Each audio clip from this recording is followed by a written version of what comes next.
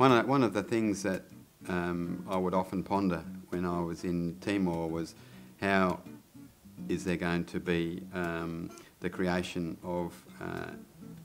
long-term sustainable employment opportunities. Early 2009, Tim Flannery released a book called Now or Never, and in that book he had a chapter on that was titled Trees for Security. And the idea that he floated in that chapter was looking at encouraging subsistence farmers in the rain belt of the Asia Pacific to look at reforesting their land and then sustaining or maintaining the trees that they plant there, and then look at being able to sell the carbon that gets sequestered from those trees to developing countries and individuals and organisations who want to offset their carbon footprint. It seemed to me that this was a great idea, and I sought Tim Flannery's advice on that, and he suggested that, talked to me further about the idea, and I then went off and started to get this project together. And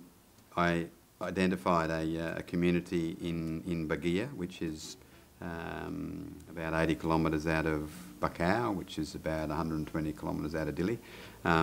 up in the mountains, and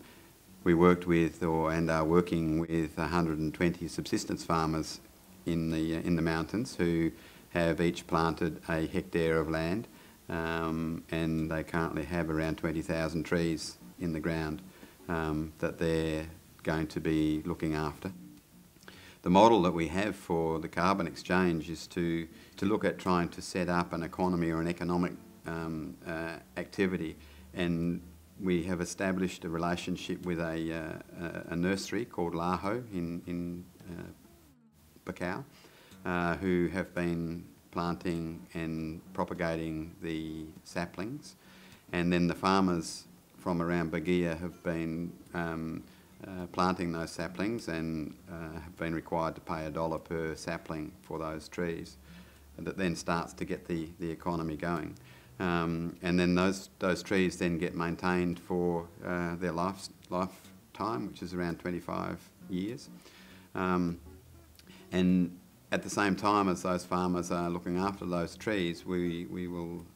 establish a technology centre with satellite internet coming into that technology centre with a bank of computers that the tree farmers will then be able to use to